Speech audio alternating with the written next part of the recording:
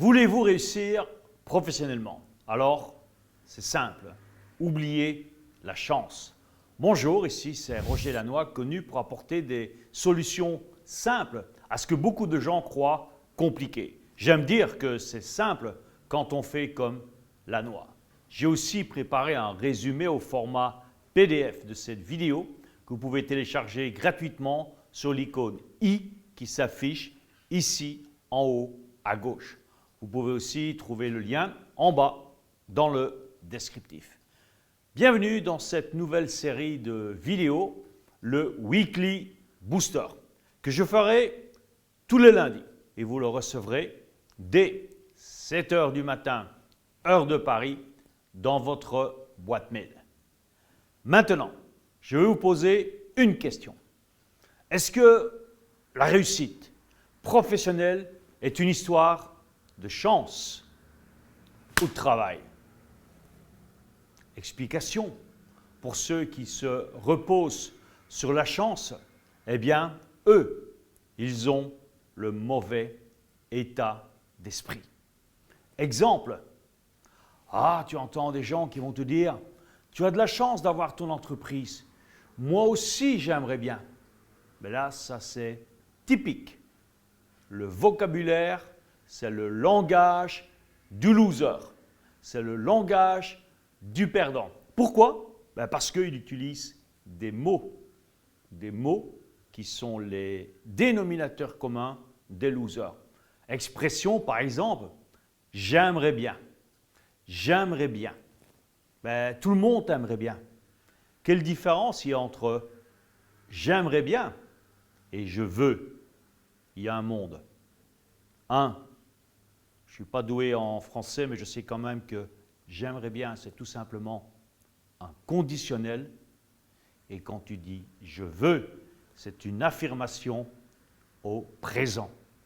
Aussi, quand on utilise le mot chance, eh bien, moi j'ai appris que la chance souriait aux audacieux, à ceux qui y vont.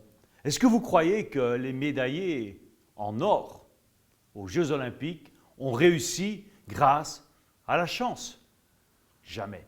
Aucun grand champion ne se repose sur la chance. Tous les champions, ils s'entraînent. Ils s'entraînent très très dur, avec la vision, avec ce désir brûlant, eh bien, d'être prêt d'abord le jour J, d'être prêt dans leur tête, dans leur corps, dans toute leur âme, dans tout leur cœur, être prêt à aller chercher cette médaille pour laquelle ils ont transpiré des heures et des heures à l'entraînement pour la gagner. Il n'y a pas le facteur chance, c'est le facteur travail. Vous pouvez vous libérer des incertitudes et contrôler votre avenir professionnel et financier à condition de faire le nécessaire. L'un des principes clés pour cela, c'est d'utiliser la loi des nombres. C'est une loi magique, la loi des nombres. Même si vous ne pouvez pas prédire à l'avance ce qui va se passer, à chaque fois, vous savez qu'à force de faire certaines choses, un certain nombre de fois, vous allez finir par réussir. Je vous répète, la loi des nombres, vous savez qu'à force de faire certaines choses, un certain nombre de fois, vous allez finir par réussir. Après, la clé, ça sera d'améliorer ce ratio. Et moi, je me souviens, à un moment dans ma vie, je vendais des appareils pour bronzer. Et j'avais un ratio de 2/10. C'était des machines assez conséquentes en prix. Okay? Et en Belgique, ce marché est très, très développé, donc avec beaucoup aussi de compétition. Et je savais une chose, si je voyais 10 clients sur ma semaine, si j'avais 10 rendez-vous, j'allais vendre 2 machines. Je ne savais pas si j'allais les vendre le lundi, le mardi, le mercredi, le jeudi ou le vendredi, même parfois encore le samedi, peu importe, je savais que chaque fois que j'avais un non, je devais en avoir 8 pour avoir les 2 ventes. OK?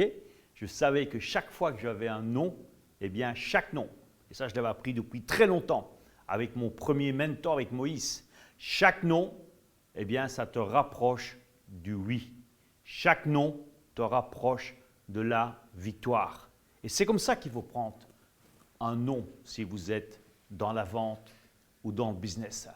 Et ce qui s'est passé aussi, c'est que plus tu vois de prospects, bien sûr, si maintenant je ne voyais pas 10 rendez-vous, si j'en envoyais 20, c'était des probabilités d'avoir 4 ventes. Jusqu'au jour où j'ai aussi compris que c'était mon niveau d'énergie qui faisait la différence. Et après avoir fait un séminaire avec Anthony Robbins, eh bien, dans la semaine qui suivait, j'ai changé ce ratio dans l'autre sens. Sur 10 rendez-vous, je faisais 8 ventes au lieu du contraire. Ça, c'est le deuxième aspect des choses. C'est qu'une fois que tu as compris la loi des nombres, c'est te donner les outils pour pouvoir justement eh bien, augmenter ton ratio. Alors, si vous n'avez pas encore réussi, c'est que vous n'avez pas encore tout fait pour ou pas assez.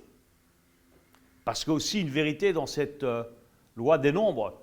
Si tu fais que 3 ou 4, eh bien, comme par hasard, eh bien, tu auras peut-être les 3-4 non. Pourquoi?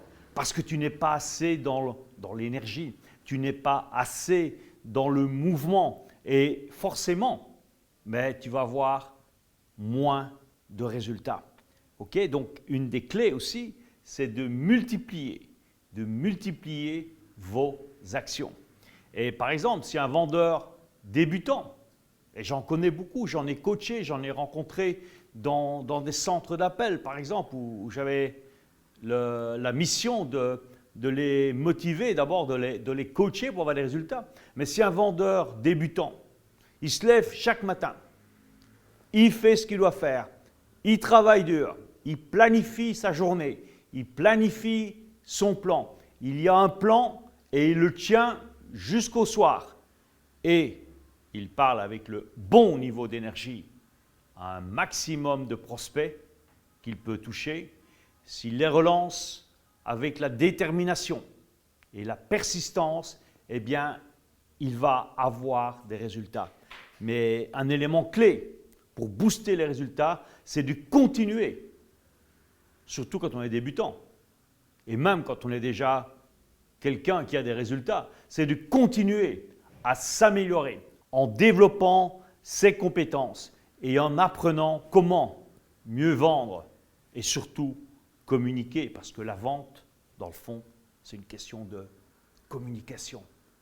Et bien sûr, il faut se former, suivre des séminaires, que ce soit de l'entreprise ou des séminaires, moi c'est ce que j'ai fait beaucoup, c'est des séminaires extérieurs pour aller plus vite que ce que le tempo que l'entreprise à l'époque me donnait. Ou ça peut commencer aussi par écouter des livres audio, lire des livres, écouter des livres audio sur la vente. Alors, il sera bien meilleur à long terme qu'un autre vendeur normal et moyen qui ne fait pas tout cela. Je peux vous dire que personnellement, quand j'étais à fond dans la vente, j'avais toujours des cassettes de motivation. À l'époque, c'était des cassettes de motivation dans ma voiture au lieu d'écouter la radio ou écouter n'importe quelle connerie. Et je peux te dire que quand tu écoutes ces cassettes, quand tu écoutes ces MP3 maintenant, eh bien ça te donne les idées pour ton prochain rendez-vous. Et c'est souvent là que tu vas faire le petit détail qui fera la différence. Alors je vous donne un exercice pour bien démarrer cette semaine. J'aimerais que vous fassiez une liste des 10 nouvelles façons d'avancer vers vos objectifs professionnels. Simplement faites une liste et vous posez la question. Qu'est-ce que je peux faire cette semaine pour avancer vers mes objectifs professionnels? Vous connaissez vos objectifs? Si vous ne les connaissez pas, c'est peut-être le moment de les mettre en forme. Mais avoir les objectifs mis en forme, sans avoir d'action qui vous mettent sur le chemin de leur réalisation, ça reste du rêve, ça reste des objectifs potentiels. Mais ce qui est important, c'est que le potentiel devienne réel. Alors, je suppose que si vous êtes arrivé à la fin de cette vidéo, c'est que vous l'avez aimé. Donc, vous avez aimé la vidéo. Et maintenant, ce que je vous invite à faire, c'est mettre tout simplement un pouce bleu. Et je vous en remercie. Dites-moi aussi ce que vous pensez de cette nouvelle série, le Weekly Booster, dans les commentaires, parce que j'aimerais aussi avoir vos commentaires et aussi des questions. Je me ferai un plaisir d'y répondre dans d'autres Weekly Boosters. Et surtout, abonnez-vous à ma chaîne en cliquant ici en haut à droite et vous recevrez ainsi toutes mes nouvelles vidéos immédiatement. Merci à tous et à lundi prochain.